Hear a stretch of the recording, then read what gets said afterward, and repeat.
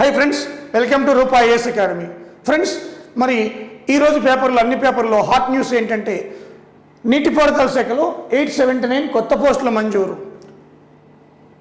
ఇది అన్ని పేపర్లో వచ్చింది. ఇది ఈనాడు పోస్ట్ కటింగ్ అమ్మ. మరి ఇది రివ్యూ ఈ నీటిపారుదల శాఖ మీద కేసీఆర్ గారు గత 3 సార్లు రివ్యూ చేశారు, గత 3-4 మంత్స్ నుంచి కూడా. దాంట్లో భాగంగా ఈ 879ని ఆర్థిక శాఖ మంజూరు చేయడం జరిగింది.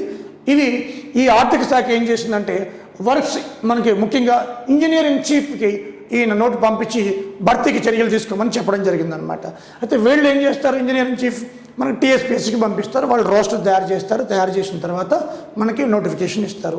ఈ ప్రాసెస్కి నాకు తెలిసి ఒక 3-4 వీక్స్ పడుతుంది, 1 మంత్ లోపే అయిపోతుంది. వాళ్ళు ఫాస్ట్గా చేస్తే 2 వీక్స్లో అయిపోతుంది అనమాట, ఎందుకంటే రోస్టర్ తయారు చేయాలి కదా. అయితే ఇక్కడ ఈ పోస్టులు ఏమున్నాయంటే దీంట్లో ముఖ్యంగా వర్క్స్ ఇన్స్పెక్టర్ 532, వర్క్స్ ఇన్స్పెక్టర్ 532 ఉన్నాయి. మిగతా అవి ఐటీ క్వాలిఫికేషన్, ఎలక్ట్రీషియన్లు, 108 ఫిట్టర్లు, అది అన్నీ కూడా పంప్ ఆపరేటర్లు, ఫ్లడ్ గేట్ ఆపరేటర్లు అన్నీ కూడా మిస్లీనియస్ ఉన్నాయి. మరి దీంట్లో ఎక్కువ పోస్టులు ఉండేవి ఏంటంటే వర్క్ ఇన్స్పెక్టర్లు 532. చాలామంది మాకు కాల్ చేయడం, డౌట్లు అడగడం, మెసేజ్ చేయడం, సార్ వర్క్ ఇన్స్పెక్టర్ క్వాలిఫికేషన్ ఏంటి, ఇది పర్మనెంట్ పోస్ట్ అయినా? ఇప్పుడు చూద్దాం దీని మీద. యాక్చువల్గా ఈ వర్క్ ఇన్స్పెక్టర్ని ఇంతవరకు అవుట్సోర్సింగ్లో తీసుకున్నారు, నేరుగా డైరెక్ట్ రిక్రూట్మెంట్ లేదు ఇంతవరకు. టీఎస్పీఎస్సీ ద్వారా డైరెక్ట్ రిక్రూట్మెంట్ లేదు ఇంతవరకు. అయితే ఈ మధ్య కాలంలో మనం ఒక 5-6 సంవత్సరాల్లో తీసుకుంటే వర్క్ ఇన్స్పెక్టర్లు గ్రేటర్ మున్సిపల్ హైదరాబాద్ కార్పొరేషన్లో ఒక నోటిఫికేషన్ అయితే వచ్చింది, కానీ అది కూడా అవుట్సోర్సింగ్. అది 175 పోస్టులు ఎన్నో సుమారు ఉన్నాయి. అప్పుడు ఎగ్జామ్ కూడా పెట్టారనమాట, సిలబస్ కూడా ఇచ్చారు, ఎగ్జామ్ కూడా పెట్టారు. కానీ కంప్లీట్లీ ఇక్కడ ఉంది చూడండి, అవుట్సోర్సింగ్ అనమాట. ఇది కంప్లీట్లీ అవుట్సోర్సింగ్. అవుట్సోర్సింగ్ అయినా కూడా ఎగ్జామ్ కండక్ట్ చేశారు, సిలబస్ ఇచ్చారు, ఎగ్జామ్ కండక్ట్ చేశారు. సో దీనికి వాళ్ళు ఇచ్చిన రెమ్యూనరేషన్ చూడండి, అంటే మనీ రెమ్యూనరేషన్ అని ఇచ్చారు, అంటే బేసిక్ పే ఇవ్వలేదు. బేసిక్ పే ఇవ్వలేదంటే పర్మనెంట్ కాదు, కానీ అలాగే తీసారనమాట. ఎగ్జామ్ పెట్టి తీసుకున్నారు కాబట్టి వాళ్ళు కంటిన్యూ వాళ్ళ సర్వీస్ని ఉపయోగించుకుంటూ ఉంటారు. సో ఇది వాళ్ళు ఇచ్చింది. అప్పట్లో technical work inspector 15,000, non technical 12,000 అనమాట. ఇది 2020 తర్వాత మారుతుంది. ఇప్పుడు పరిస్థితి ఏంటంటే వర్క్ ఇన్స్పెక్టర్స్కి ఇప్పుడున్న పరిస్థితి ఏంటంటే ఇది ఇరిగేషన్ డిపార్ట్మెంట్. ఇంతకుముందు మున్సిపల్ డిపార్ట్మెంట్ ఇచ్చారు కాబట్టి అప్పుడు ఓన్లీ సివిల్ తీసుకున్నారు. ఇప్పుడు వర్క్ ఇన్స్పెక్టర్స్ ఇరిగేషన్ డిపార్ట్మెంట్ కాబట్టి సివిల్ ఉంటుంది మెజారిటీ, మెకానికల్ ఉండొచ్చు, ఎలక్ట్రికల్ కూడా ఉండొచ్చు. అయితే ఇదంతా కూడా సిలబస్ చూస్తే మీకు సిలబస్ కూడా చూపిస్తాను. అప్పుడు సివిల్ కాబట్టి ఐటీఐ డ్రాఫ్ట్స్మెన్ సివిల్ అని ఇచ్చి డిప్లొమా వాళ్ళు ఎలిజిబిలిటీ, బీటెక్ వాళ్ళు కూడా ఎలిజిబిలిటీ అనమాట. అంటే మినిమం ఐటీఐ పెట్టాడు. సో డిప్లొమా ఎలిజిబిలిటీ, అదేవిధంగా బీటెక్ కూడా ఎలిజిబిలిటీ. అయితే ఇప్పుడు మనకి ఈ ఇరిగేషన్ ఐక్యాడ్ కాబట్టి మెకానికల్ ఉండొచ్చు, ఎలక్ట్రికల్ కూడా ఉండొచ్చు. ఇది గుర్తుపెట్టుకోండి. మరి ఈసారి టీఎస్పీఎస్సీకి ఇవ్వచ్చు పర్మనెంట్ అని అంటున్నారు. టీఎస్పీఎస్సీకి ఇస్తే మనకి కొంచెం అంటే ఇప్పుడున్న పేపర్ మోడల్ పాత్ర చూపిస్తాను మీకు. టీఎస్పీఎస్సీకి ఇస్తే ఒకవేళ పేపర్ కూడా మారే అవకాశం ఉంది. అది ఎలాగనేది చెప్తాను మీకు ఇప్పుడు. అలాగే టీఎస్పీఎస్సీకి ఇస్తే రెమ్యూనరేషన్ అనే పదం ఉండదు, మీకు ఒక బేసిక్ ఇస్తాడు. బేసిక్ ఇచ్చి దాని మీద టీఏడిఏ అన్నీ ఉంటాయన్నమాట, హెచ్ఆర్ఏ అన్నీ కలిపి మీకు గవర్నమెంట్ ఎంప్లాయీగా వస్తుంది, అంటే ప్యూర్ గవర్నమెంట్ ఎంప్లాయీ అన్నట్టు. సో అయితే ఈ వర్క్ ఇన్స్పెక్టర్లు 2 రకాలు ఉన్నారు, technical work inspector, non technical work inspector. ఈ non technical work inspector 10th class, minimum 10th class qualification. Work inspector ITI అనమాట, టెక్నికల్, నాన్ టెక్నికల్. ఇప్పుడు ఒకసారి చూద్దాం ఇది. అంటే ఇంకా క్లారిటీ ఏం రాలేదు దీని మీద, గవర్నమెంట్ క్లారిటీ ఇవ్వలేదు. ఓకే, సో అదేవిధంగా మనం దీంట్లో చూస్తే ఇప్పుడు చూద్దాం. ఇది scheme of examination of technical work inspector, technical work inspector. దీంట్లో general studies and general abilities 50 questions అనమాట. సో అదేవిధంగా మనకి డ్రాఫ్ట్స్మెన్ సివిల్ అని ఇచ్చాడు చూడండి. అది జిహెచ్ఎంసీ కాబట్టి ఓన్లీ సివిల్ వాళ్ళకి ఇచ్చాడు. డ్రాఫ్ట్స్మెన్ సివిల్ 50, 2 కలిపి 100 క్వశ్చన్స్, 100 మార్క్స్. అంటే general studies 50 marks, civil 50 marks. Syllabus కూడా సేమ్ ఇప్పుడున్న టీఎస్పీఎస్సీ సిలబస్ ఇచ్చారు చూడండి. Current affairs, regional, national, international, ఈ 3 పదాలు ఇప్పుడున్న టీఎస్పీలో 3 చాప్టర్స్ కింద ఇచ్చాడు కాబట్టి అది ఒకే చాప్టర్లో అక్కడ ఇచ్చాడు, అంతే. అదే తేడా, same syllabus. General science below 10th standard, ఇప్పుడు కూడా జనరల్ సైన్స్ అండ్ టెక్నాలజీ ఉంది, same syllabus TSPSC. History, economy, geography and polity of India with special focus on Telangana state అని ఇచ్చాడు. ఇవన్నీ కూడా సెపరేట్ ఒక 5-6 చాప్టర్లో ఉన్నాయి ఇప్పుడున్న టీఎస్పీఎస్సీ సిలబస్లో, same syllabus. Basic English, reasoning and ability, so ఇవి ఈ 5 చాప్టర్లు కూడా, అంటే ఈ 5 టాపిక్లు కూడా మనకి ఈ యొక్క టెక్నికల్ వల్ల జనరల్ స్టడీస్ సిలబస్. మిగతావన్నీ కూడా ఈ 5 చాప్టర్స్ కూడా టెక్నికల్ అనమాట. టెక్నికల్ సిలబస్, ఇది నాన్ టెక్నికల్ జిఎస్ సిలబస్ అనమాట ఇది. అదే మనకి నాన్ టెక్నికల్ వర్క్ ఇన్స్పెక్టర్లు అనుకోండి, అది 100 క్వశ్చన్స్ 100 మార్క్స్ అనమాట. ఇది non technical work inspectors, general studies and ability. So general studies and ability non technical work ఇన్స్పెక్టర్స్కి ఇది టెక్నికల్ వర్క్ ఇన్స్పెక్టర్స్కి. ఇప్పుడు టెక్నికల్ వర్క్ ఇన్స్పెక్టర్స్లో ఒక మీరు అడగవచ్చు, డాక్యుమెంట్ సివిల్ అని ఉంది కదా సార్, మెకానికల్ ఎలిజిబిలిటీయా ఎలక్ట్రికల్ ఎలిజిబిలిటీయా?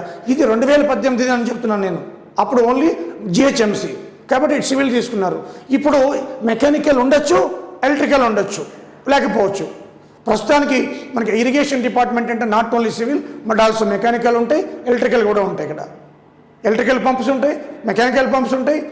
సో మెకానికల్కి అవసరం ఉంది, ఎలక్ట్రికల్ అవసరం ఉంది. ఐక్యాట్లో లాస్ట్ టైం రిక్రూట్మెంట్లో కూడా ఏడబ్ల్యూ కూడా ఐక్యాట్లో తీసుకున్నాడు. సో కాబట్టి ఈ వర్క్ ఇన్స్పెక్టర్ ఇప్పుడు మనకి చూడాలి ఆ పోస్టులను ఎలా స్ప్లిట్ చేస్తాడు, టెక్నికల్ ఎన్ని, నాన్ టెక్నికల్ ఎన్ని, దాంట్లో సివిల్ ఎన్ని, మెకానికల్ ఎన్ని, ఎలక్ట్రికల్ ఎన్ని, ఎలా స్ప్లిట్ చేస్తాడు 532ని, అది చూడాలి ఒకసారి. ఏ విధంగా ఇస్తాడనేది మనం చూడాలి ఒకసారి నోటిఫికేషన్ వచ్చిన తర్వాత. అదేవిధంగా మరి అది టీఎస్పీఎస్సీకి ఇస్తే మరి ఈ ప్యాటర్న్ అయినా మారుస్తాడా? టీఎస్పీసీకి ఇచ్చి టెక్నికల్ 100, జనరల్ స్టడీస్ 100 పెడతాడా? లేకపోతే అంటే టెక్నికల్ 75, జనరల్ స్టడీస్ 75 ఇంతకుముందు ఎలా పెట్టాడు deputy surveyors. So deputy surveyors లాగా పెడతాడా అనేది చూడాలి ఒకసారి. But what ever it may be, syllabus అయితే సేమ్. టీఎస్పీఎస్సీ ఇది కూడా జనరల్ స్టడీస్ సేమ్ ఉంది. ఓకే, సో ఇవి మనకి గ్రహించాలి మీరు. కాబట్టి మనం కొన్ని రోజులు వెయిట్ చేస్తే ఇది మనకి వచ్చేస్తుంది. సో బేసిక్ పే ఇచ్చి టీఎస్పీఎస్సీకి ఇస్తే పర్మనెంట్ పోస్టులు అన్నట్టు, లేదా అవుట్సోర్సింగ్ ఇచ్చి మళ్ళీ అవుట్సోర్సింగ్ అయితే ఇవ్వకపోవచ్చు ఈసారి పర్మనెంటే. ఎందుకంటే అవుట్సోర్సింగ్ వ్యతిరేకం కేసీఆర్ గారు ఆయన ఫస్ట్లోనే క్యాంపెయిన్లో చెప్పారు. కాబట్టి చూడాలి మరి ఈ 532 కూడా సిలబస్ అయితే మాత్రం అది అవుట్సోర్సింగ్ అయినా కూడా సేమ్ సిలబస్ ఉంది. చూడండి ఇది అవుట్సోర్సింగ్ సిలబస్, టీఎస్పీఎస్సీ సిలబస్ అనమాట. కాబట్టి మనకి ఈ సిలబస్ని టెక్నికల్ అయినా నాన్ టెక్నికల్ అయినా ఇద్దరికీ ఒకటే సేమ్ సిలబస్. ఈ సిలబస్ ఎక్కడికి మారదనమాట. అటు టెక్నికల్ వర్క్ ఇన్స్పెక్టర్ అయినా నాన్ టెక్నికల్ వర్క్ ఇన్స్పెక్టర్ అయినా సేమ్ సిలబస్ అనమాట. కాబట్టి టీఎస్పీఎస్సీ ఇప్పుడు రూపాయి దగ్గర ఉన్న టీఎస్పీఎస్సీ సిలబస్సే అన్నీ అనమాట, అన్నింటికీ సరిపోతుంది. ఏఈకి, ఏడబ్ల్యూకి, వర్క్ ఇన్స్పెక్టర్కి, గ్రూప్ 2కి అన్నింటికి సరిపోతుంది. కాకపోతే డెప్త్ మారుతూ ఉంటుంది అంతే, అందుకంటే ఏమీ లేదు. ఓకే ఫ్రెండ్స్, మరి ఇది కొన్ని డౌట్స్ చాలామందికి ఉన్నాయి. కాబట్టి రెమ్యూనరేషన్ వేరు, బేసిక్ పే వేరు. కాబట్టి ఇంతవరకు రెమ్యూనరేషన్తో నడిచింది. ఇవి ఫస్ట్ టైం మనకి టీఎస్పీఎస్సీకి ఇస్తామంటున్నారు. చూడాలి, ఇద్దామని ఆశిద్దాము. ఎందుకంటే ఇది కూడా టీఎస్పీఎస్సీకి ఇస్తే బేసిక్ 22,000 పైన వస్తుంది. 22,000, 23,000 మధ్యలో ఉంటుంది. సో మంచి బేసిక్ అది కూడా అన్నీ కలుపుకొని 35,000 అలా చిల్లర వస్తుంది ఒకవేళ బేసిక్ ఇస్తే. లేదు రెమ్యూనరేషన్ ఇచ్చి 20,000, 25,000 ఇస్తే అది మళ్ళీ అవుట్ సోర్సింగ్ కిందకి వచ్చేస్తుంది.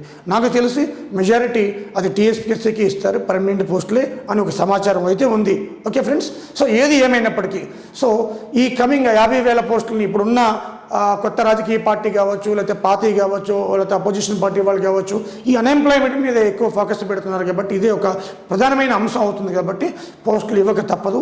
సో కాబట్టి మీరు టైం వేస్ట్ చేయకుండా జాగ్రత్తగా ఈ జనరల్ స్టడీస్ మీద ఫోకస్ పెట్టి ఈ టెక్నికల్ పిల్లలందరూ కూడా అది ఎలక్ట్రికల్ అయినా, మెకానికల్ అయినా, సివిల్ అయినా కూడా జాగ్రత్తగా ప్లాన్ ప్రకారం వెళ్తే కమింగ్ 3-4 మంత్స్లో మనకి ఒక గ్రిప్ వస్తుంది. ఈలోగా నోటిఫికేషన్ వచ్చినా కూడా మనకి ఎగ్జామ్కి పెద్ద హరీబరీ అవసరం లేదు. ఎందుకంటే టీఎస్పీఎస్సీ దగ్గర 1-2 ఎగ్జాములు తప్ప వాళ్ళు కండక్ట్ చేయడానికి ఏమీ లేదు, ఖాళీగా ఉన్నారు. నోటిఫికేషన్ రాగానే వాళ్ళు డేట్ ప్రకటించవచ్చు, అలాంటి పరిస్థితి ఉంది అక్కడ.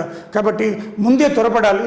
మనం ఏదైతే సిలబస్ ఉందో ఆ సిలబస్ని జాగ్రత్తగా అనాలిసిస్ చేసుకుంటూ టైం వేస్ట్ కాకుండా మనం 4 years చదివిన బీటెక్ సిలబస్ ఏదైతే ఉందో దాన్ని మనకి మళ్ళా నేర్చుకున్నా కూడా గుర్తుండలేదు. అలాంటిది not familiar to this syllabus. Technical వాళ్ళకి అది ఇబ్బందికరంగా ఉంటుంది. ఆ డేట్స్ గుర్తుపెట్టుకోవడం, కాన్సెప్ట్ ఇవన్నీ కూడా చాలా ఇబ్బందికరంగా ఉంటాయి. కాబట్టి ఇక కనీసం ముందు నుంచి 2-3 నెలల నుంచే దానికి అలవాటు పెడుతూ ఉంటే మంచి మార్కులు స్కోర్ చేయొచ్చు ఫ్రెండ్స్. సో ఇది మనకి ఈ యొక్క ఇరిగేషన్ గురించి వచ్చిన మనకి సమాచారం. ఓకే ఫ్రెండ్స్, ఈ రూపాయిఎస్ అకాడమీ ఆన్లైన్ ఎప్పటి నుంచో మేము సక్సెస్ఫుల్గా ఉంది. అదేవిధంగా ఆన్లైన్ డిజిటల్ బోర్డు కూడా తెలుసు మీకు. ఎన్నో కరెంట్ అఫైర్స్ వీడియోస్ కూడా ఉన్నాయి యూట్యూబ్లో. అదేవిధంగా టైం టు టైం రూపాయిఎస్ అకాడమీ పిల్లల్ని అవేర్నెస్ క్రియేట్ చేస్తూ ఈ ఎగ్జామ్స్ పట్ల మనకి అనేక వీడియోస్ చేయడం జరుగుతుంది, preparation strategy including.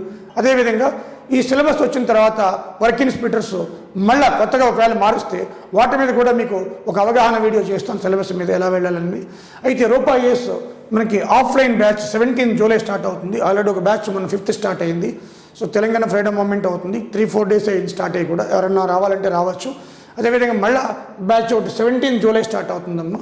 So limited seats కాబట్టి ఎవరైనా మీరు రూపా నెంబర్ కాల్ చేయొచ్చు. Okay friends, thank you very much.